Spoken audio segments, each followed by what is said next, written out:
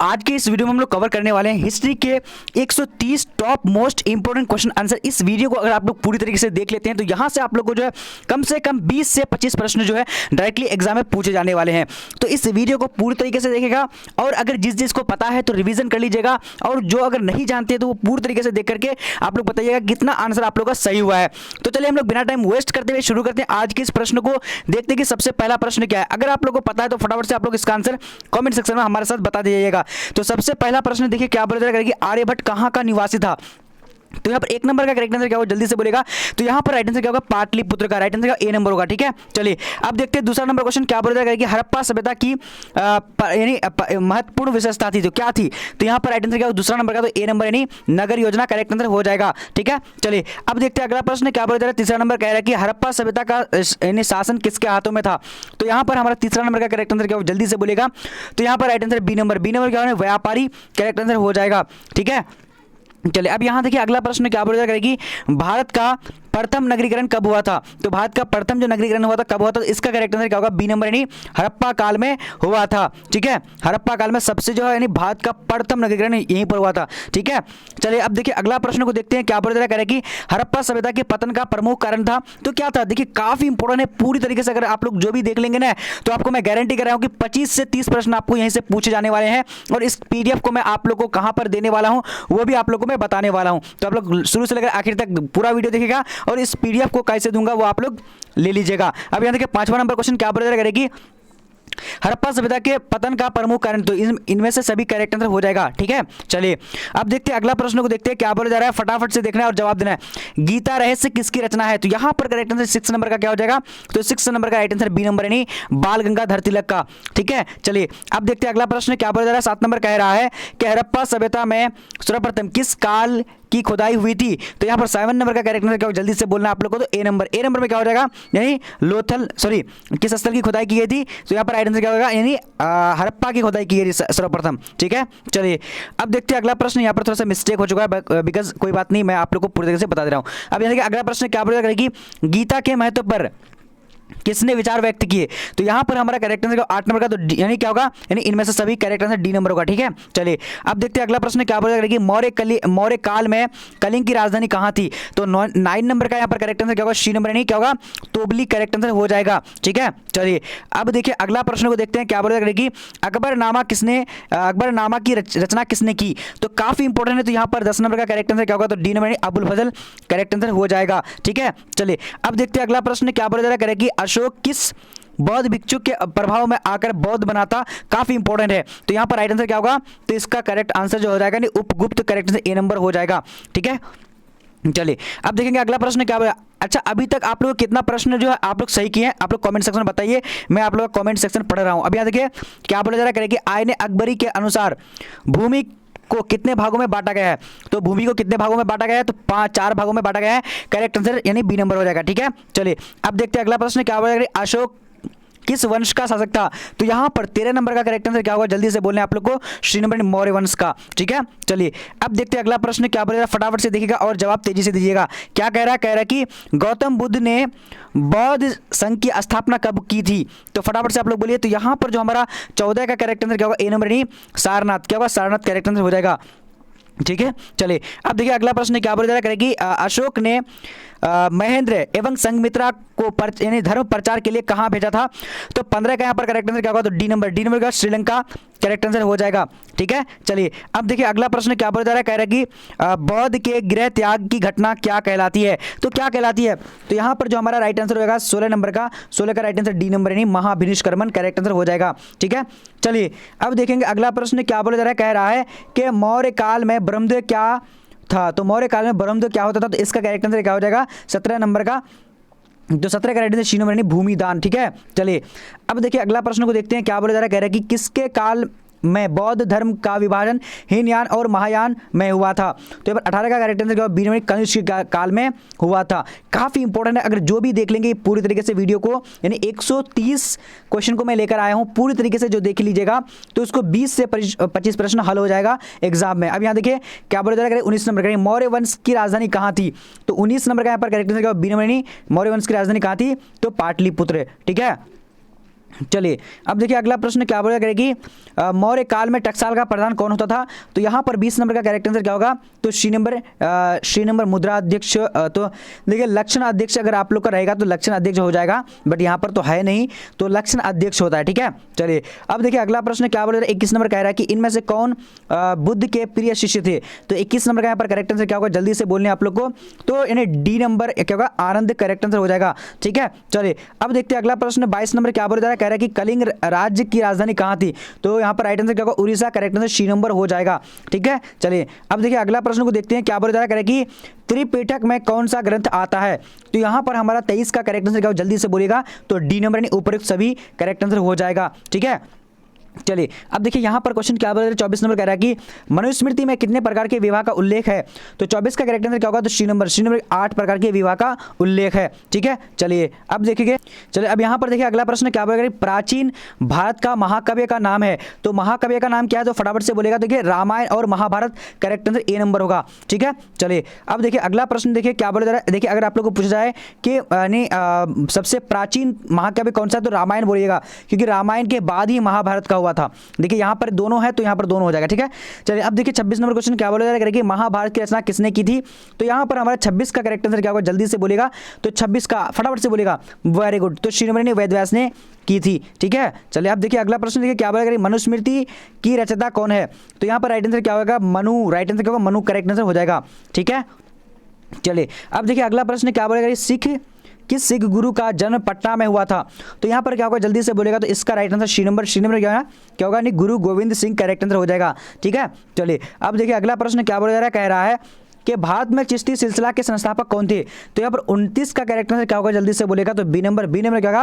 यानी Khwaja Moinuddin Chishti correct answer हो जाएगा। ठीक है, चलिए अब देखिए अगला प्रश्न क्या बोला जा रहा है, कह रहा है कि सूफी परंपरा के शिष्य को कहा जाता है, क्या कहा जाता है? तो राइट आंसर क्या होगा? यानी मुरीद कहा जाता है। ठीक है, चलिए अब देखिए अगला प्रश्न क्या बोला जा रहा है, कह रहा है कि बाबरनामा या तुजुके बाबरी के रचनाकार कौन है?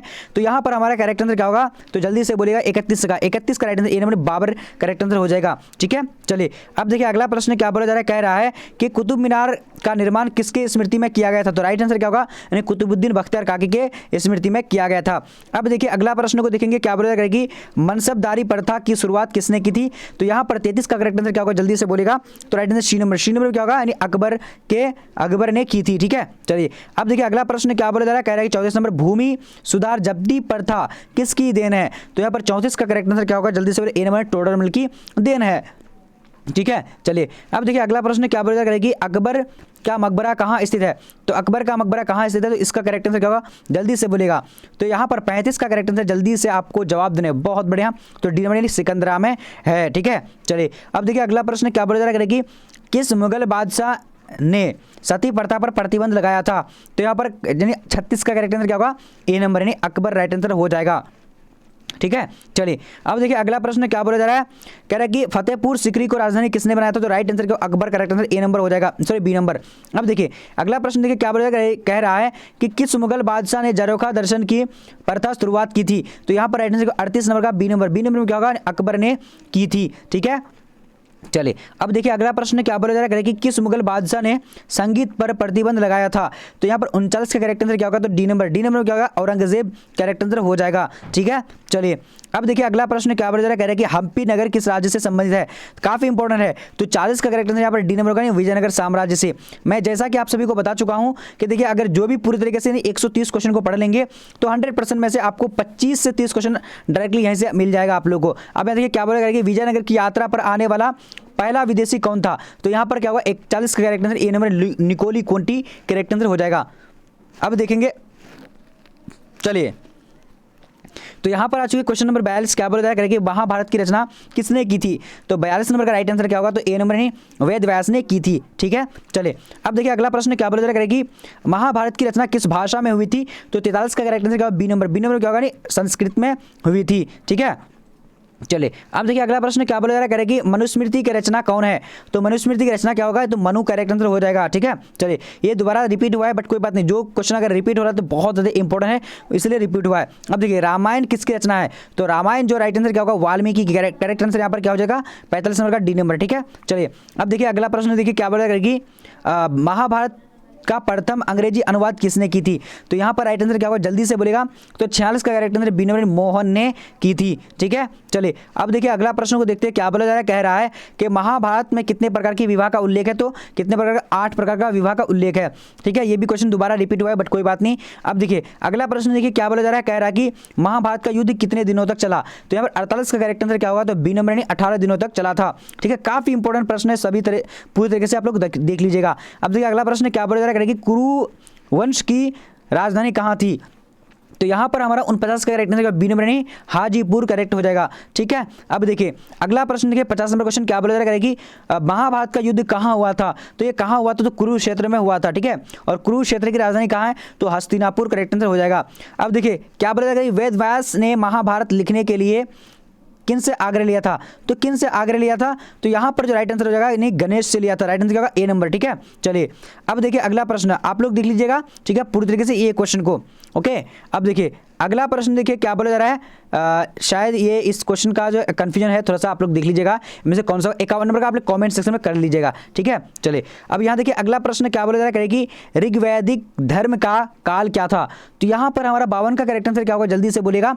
तो 52 नंबर का जो हमारा राइट आंसर हो जाता है ए नंबर नहीं 1500 से 1000 ईसा पूर्व करेक्ट आंसर हो जाएगा। ठीक है, चलिए अब देखिए अगला प्रश्न क्या बोलेगा कि सबसे प्राचीनतम वेद कौन है? तो यहाँ पर जो हमारा राइट आंसर हो जाएगा जल्दी से बोलेगा 53 का, तो ए नंबर यानी ऋग्वेद करेक्ट आंसर हो जाएगा। ठीक है, चलिए अब देखिए अगला प्रश्न क्या बोला जा रहा है कि ऋग्वेद में इंद्र एवं अग्नि का कितना बार उल्लेख है? तो यहाँ पर देखिए तो 54 का करेक्ट आंसर ए नंबर यानी 250 से 200 राइट आंसर हो जाएगा। ठीक है, चलिए अब देखिए अगला प्रश्न देखिए क्या बोला जा रहा है कि गायत्री मंडल किस वेद में वर्णित है?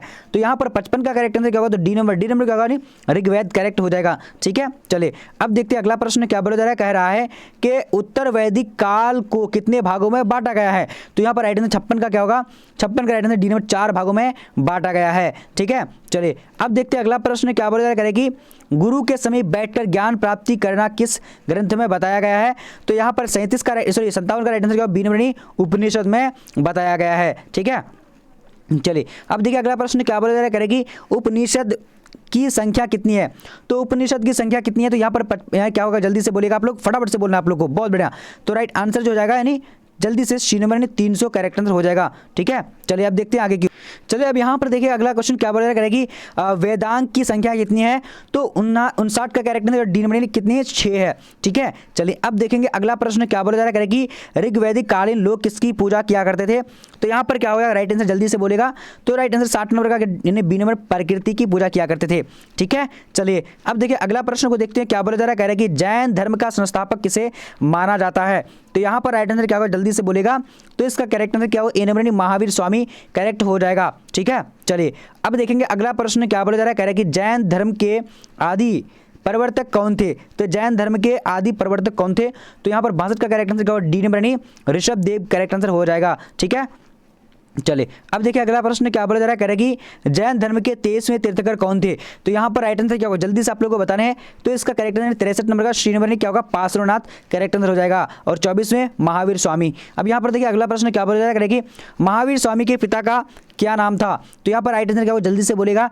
तो 64 क्या होगा यहाँ पर, जल्दी से बताने 64 नंबर का। तो ए नंबर क्या है, सिद्धार्थ यानी क्या होगा, जल्दी से बोलना आप लोग को इसका करेक्ट आंसर। चलिए तो इसका राइट आंसर ए नंबर हो जाता है। ठीक है, चलिए अब देखिए अगला प्रश्न को देखते हैं क्या बोला जाएगा कि महावीर स्वामी के माता का नाम क्या था? तो माता का नाम क्या था, त्रिशला देवी। राइट आंसर क्या ए नंबर करेक्ट हो जाएगा। ठीक है, 65 नंबर का। अब देखिए अगला प्रश्न को देखते हैं क्या बोला जाएगा कि महावीर का जन्म हुआ था तो कहाँ पर हुआ था? तो यहाँ पर जो हमारा करेक्ट आंसर होगा 66 नंबर का, जल्दी से आप लोग को बताने बी नंबर नहीं कुंडल ग्राम में हुआ था। ठीक है, चलिए अब देखिए अगला प्रश्न क्या बोला जा रहा है, फटाफट से देखिए। कह रहा है कि महावीर स्वामी का जन्म कब हुआ था? तो यहाँ पर राइट आंसर 67 का क्या होगा, जल्दी से बोलिए, डी नंबर नहीं 540 ईसा पूर्व में हुआ था। ठीक है, अब देखिए अगला प्रश्न देखिए क्या बोला जा रहा है कि महावीर स्वामी की पत्नी का क्या नाम था? तो 68 नंबर का यहाँ पर राइट आंसर क्या होगा, जल्दी से बोलेगा। काफी सारे इंपॉर्टेंट है इसलिए मैं लेकर आया हूँ। तो यशोदा देवी करेक्ट आंसर हो जाएगा। ठीक है, चलिए अब देखिए अगला प्रश्न देखिए क्या बोला जा रहा है। कह रहा है कि जैन धर्म का 24वां तीर्थंकर कौन था? तो राइट आंसर यहाँ पर क्या होगा, तो महावीर स्वामी करेक्ट हो जाएगा। ठीक है, अब देखिए अगला प्रश्न क्या बोला जा रहा है कि महावीर स्वामी का निधन कहाँ हुआ था? तो महावीर स्वामी का निधन जो हुआ था कहाँ पर हुआ था? तो 70 का यहाँ पर करेक्ट आंसर क्या होगा, जल्दी से बोलेगा। तो इसका ए नंबर में क्या हो जाएगा, यानी क्या है पावापुरी में हुआ था। ठीक है, चलिए अब देखिए अगला प्रश्न को देखते हैं क्या बोला करेगी, जैन धर्म के कितने महारथ थे। तो यहाँ पर राइट आंसर क्या होगा, जल्दी से बोलेगा महावरत। तो यहाँ पर 71 का करेक्ट आंसर, सी नंबर 5 महावरत थे। ठीक है, चलिए अब देखिए अगला प्रश्न को देखते हैं क्या बोला करेगी, महावीर स्वामी के त्रिरत्न का क्या नाम था। तो यहाँ पर राइट आंसर क्या होगा, 72 नंबर का, तो डी नंबर नहीं, यानी इनमें से सभी करेक्ट आंसर हो जाएगा। ठीक है, चलिए अब देखिए अगला प्रश्न क्या बोला करेगी, दिगंबर एवं श्वेतांबर किस धर्म से संबंधित है। तो यहाँ पर 73 का करेक्ट आंसर क्या होगा, बी नंबर नहीं, जैन धर्म से राइट आंसर हो जाएगा। ठीक है, चलिए अब देखिए अगला प्रश्न क्या बोला जा रहा है, कह रहे कि जैन धर्म को कितने भागों में बांटा गया है। तो यहाँ पर 74 का करेक्ट आंसर क्या होगा, तो डी नंबर क्या होगा, यानी 2 भागों में बांटा गया है। ठीक है, अब देखिए अगला प्रश्न को देखते हैं, 75 नंबर क्वेश्चन क्या बोला करेगी, दिगंबर का नेतृत्व किसने किया था। तो यहाँ पर 75 का करेक्ट आंसर क्या, डी नंबर नहीं, भद्रबाहु ने किया था। ठीक है, चलिए अब देखिए अगला प्रश्न क्या बोला जा रहा है, कह रहा है कि प्रथम जैन संगीति कहाँ हुई थी। तो प्रथम जैन संगीति कहाँ हुई थी, तो इसका करेक्ट आंसर क्या होगा, तो ए नंबर क्या होगा, यानी पाटलिपुत्र में हुई थी। ठीक है, अब देखिए अगला प्रश्न को देखते हैं क्या बोला जा रहा है, कह रहा है कि साहित्यिक स्रोतों को कितने भागों में बांटा गया है। तो यहाँ पर 77 का करेक्ट आंसर क्या होगा, तो बी नंबर 2 भागों में बांटा गया है। ठीक है, अब देखिए अगला प्रश्न को देखते हैं क्या बोला जा रहा है कि पाटलिपुत्र नगर की स्थापना उदयन ने किस नदी के संगम पर की थी। तो यहाँ पर राइट आंसर इनमें से सभी करेक्ट आंसर डी नंबर हो जाएगा। अब देखिए अगला प्रश्न क्या बोला जा रहा है कि किसके अभिलेख में भूमिदान का उल्लेख मिलता है।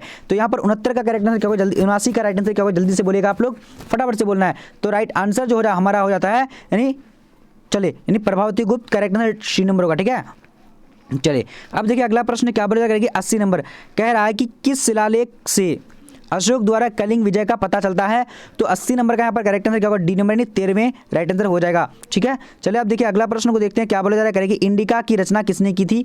तो इंडिका की रचना किसने की थी, तो 81 का करेक्ट आंसर यहाँ पर क्या होगा, बी नंबर क्या है, मेगास्थनीज, करेक्ट आंसर हो जाएगा। ठीक है, चलिए अब देखिए अगला प्रश्न को देखते हैं क्या बोला जा रहा है, करेगी भारतीय इतिहास का कौन सा काल स्वर्ण काल से जाना जाता है। तो राइट आंसर क्या होगा, गुप्त काल, करेक्ट आंसर हो जाएगा। ठीक है, चलिए अब देखिए अगला प्रश्न को देखते हैं क्या बोला जा रहा है, करेगी मेगास्थनीज भारत में किसके दरबार में आया था। तो 83 का यहाँ पर करेक्ट आंसर ए नंबर क्या, चंद्रगुप्त मौर्य, करेक्ट हो जाएगा। ठीक है, अब देखिए अगला प्रश्न को देखते हैं क्या बोला जा रहा है, कह रहा है कि नवरत्न किस शासक के दरबार में रहते थे। तो राइट आंसर क्या हो जाएगा, यानी यानी विक्रमादित्य, चंद्रगुप्त विक्रमादित्य के दरबार में रहते थे। ठीक है, चलिए 84 का राइट आंसर हम लोग देख लिए। अब देखिए अगला प्रश्न को देखते हैं क्या बोला जा रहा है, कह रहा है कि प्राचीन भारत में अभिलेख की शुरुआत किस शासक ने की थी।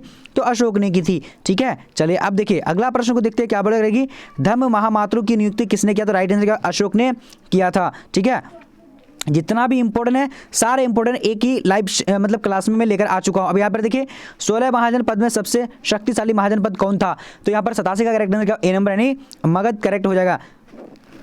अब देखिए अगला प्रश्न को देखते हैं क्या बोला जा रहा है, करेगी वज्जी को सामाजिक ग्रंथों में कहा गया, क्या कहा गया है। तो यहाँ पर राइट आंसर क्या हो जाएगा, जल्दी से बोलना आप लोग को, गणतंत्र कहा गया है। ठीक है, चलिए अब देखिए अगला प्रश्न को देखते हैं क्या बोला जा रहा है कि पाटलिपुत्र नगर की स्थापना किसने की थी। तो राइट आंसर क्या हो जाएगा, तो जल्दी से आप लोग को जवाब देने हैं। तो इसका राइट आंसर सी नंबर होगा, उदयभद्र द्वारा, करेक्ट आंसर हो जाएगा। ठीक है, अब देखिए अगला प्रश्न क्या बोला जा रहा है कि भारत का नेपोलियन किसे कहा जाता है। तो भारत का नेपोलियन जो कहा था वो किसको कहा था। तो 90 नंबर का राइट आंसर बी नंबर का समुद्रगुप्त को कहा जाता है। ठीक है, अब देखिए अगला प्रश्न को देखते हैं क्या बोला जा रहा है कि मेगास्थनीज कौन था। तो मेगास्थनीज कौन था, 91 का राइट आंसर का सी नंबर क्या होगा, राजदूत, करेक्ट आंसर हो जाएगा। ठीक है, अब देखिए अगला प्रश्न देखिए क्या बोला जा रहा है, जीवक वैद्य किस काल में था। तो राइट आंसर 92 का क्या हो जाएगा, सी नंबर में क्या है, हरियक। ठीक है, चलिए हरियक वंश का था। अब देखिए अगला प्रश्न देखिए क्या बोला जाएगा कि भूमि अनुदान से संबंधित प्रथम अभिलेखीय प्रमाण किसका है। तो यहाँ पर राइट आंसर क्या होगा, 93 का बी नंबर सातवाहन काल का होगा। ठीक है, चलिए अब देखिए अगला प्रश्न देखिए क्या बोला जाएगा कि प्रयाग प्रस्ती की रचना किसने की थी। तो यहाँ पर 94 का करेक्ट आंसर क्या होगा, सी नंबर क्या है, यानी हरिसेन ने की थी। ठीक है, चलिए अब देखिए अगला प्रश्न देखिए क्या बोला जाएगा, अशोक किस वंश का शासक था। तो राइट आंसर मौर्य वंश का शासक था। काफी इजी क्वेश्चन है। अब देखिए अगला प्रश्न देखिए क्या बोला जाएगा कि समुद्रगुप्त की जानकारी होती है तो किससे होती है। तो 96 का करेक्ट आंसर बी नंबर का, प्रयाग प्रस्ती, क्या होगा, प्रयाग प्रस्ती से मिलती है। ठीक है, अब देखिए अगला प्रश्न देखिए क्या बोला जा रहा है, करेगी अभिज्ञान शकुंतलम के रचनाकार है। तो कौन है। तो यहाँ पर 97 का करेक्ट आंसर क्या होगा, ए नंबर नहीं, कालिदास, करेक्ट आंसर हो जाएगा। ठीक है, चलिए अब देखिए अगला प्रश्न क्या बोला जा रहा है, करेगी किस शासक को प्रियदर्शी कहा जाता है या फिर कहा गया है। तो 98 का करेक्ट आंसर क्या होगा, ए नंबर में क्या होगा, अशोक को कहा गया है। ठीक है, चलिए अब देखिए अगला प्रश्न देखिए क्या बोला जा रहा है, मौर्य काल के टकसाल का प्रधान है कौन था।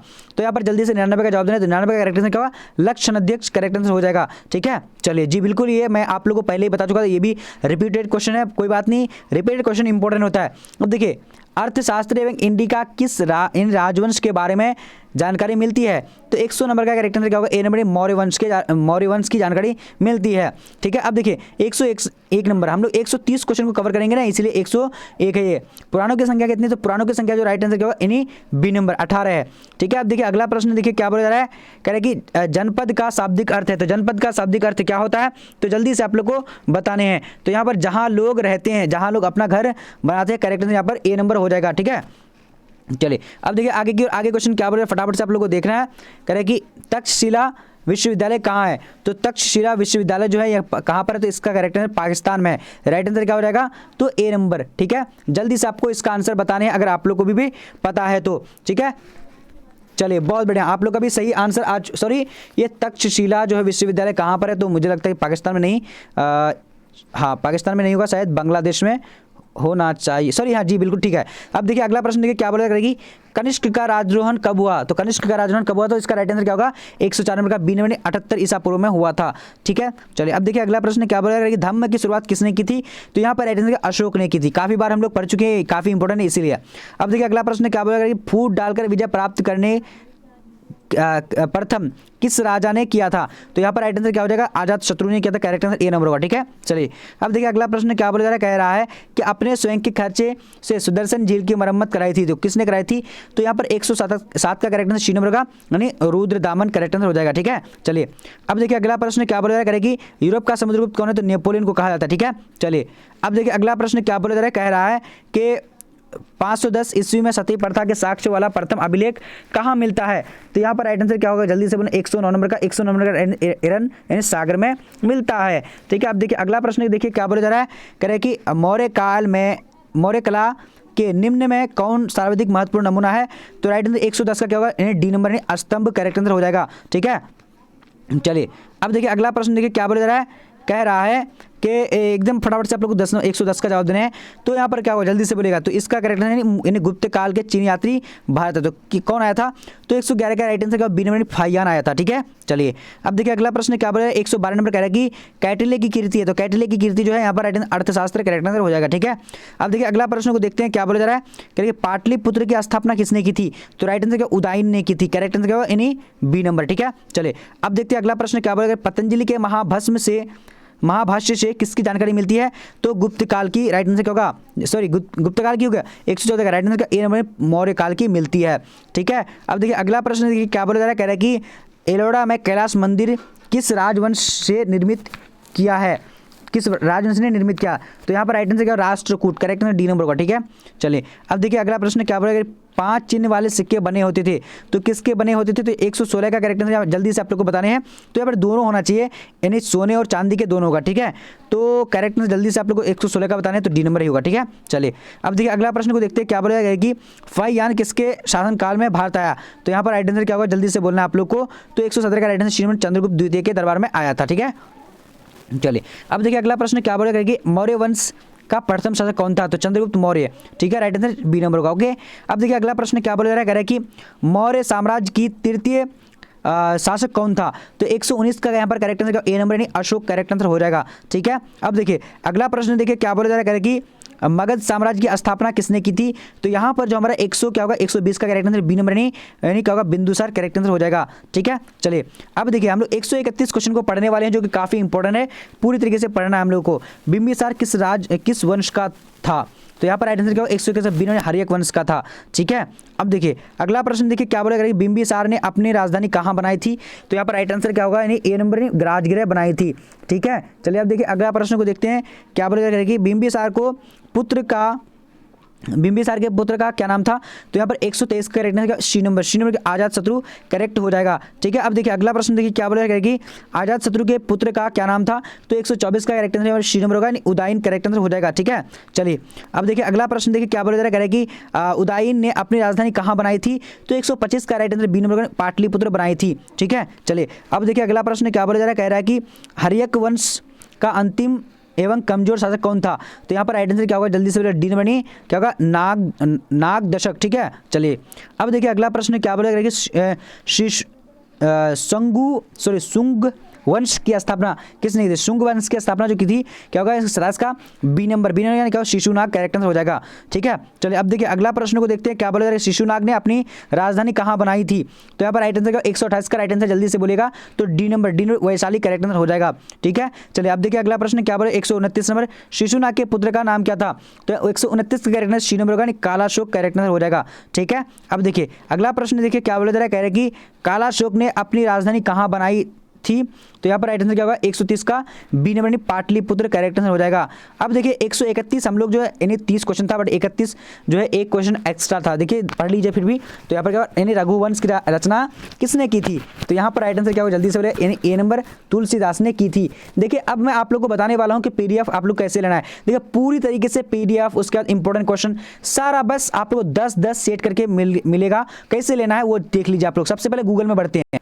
देखिए गूगल में आने के बाद आप लोगों को क्या टाइप करना है, bbphelp.com। देखिए मैं जिस तरीके से टाइप करता हूं बस यहां पर आप लोगों को पूरी तरीके से सभी सब्जेक्ट का पीडीएफ मिल जाएगा। bbphelp.com इस तरीके से आप लोगों को टाइप कर देना है। उसके बाद आप लोग क्या करना है, सर्च कर देना है। जब आप सर्च कर देंगे तो देखिए इस तरह का इंटरफेस आप लोगों को यहां पर आ जाता है। देखिए अब मान लिए मुझे कुछ भी पढ़ना है, bbphelp.com गूगल में लिखेंगे, उसके बाद आप लोग को जैसे यहां पर देखिए हिस्ट्री का मिल जाएगा।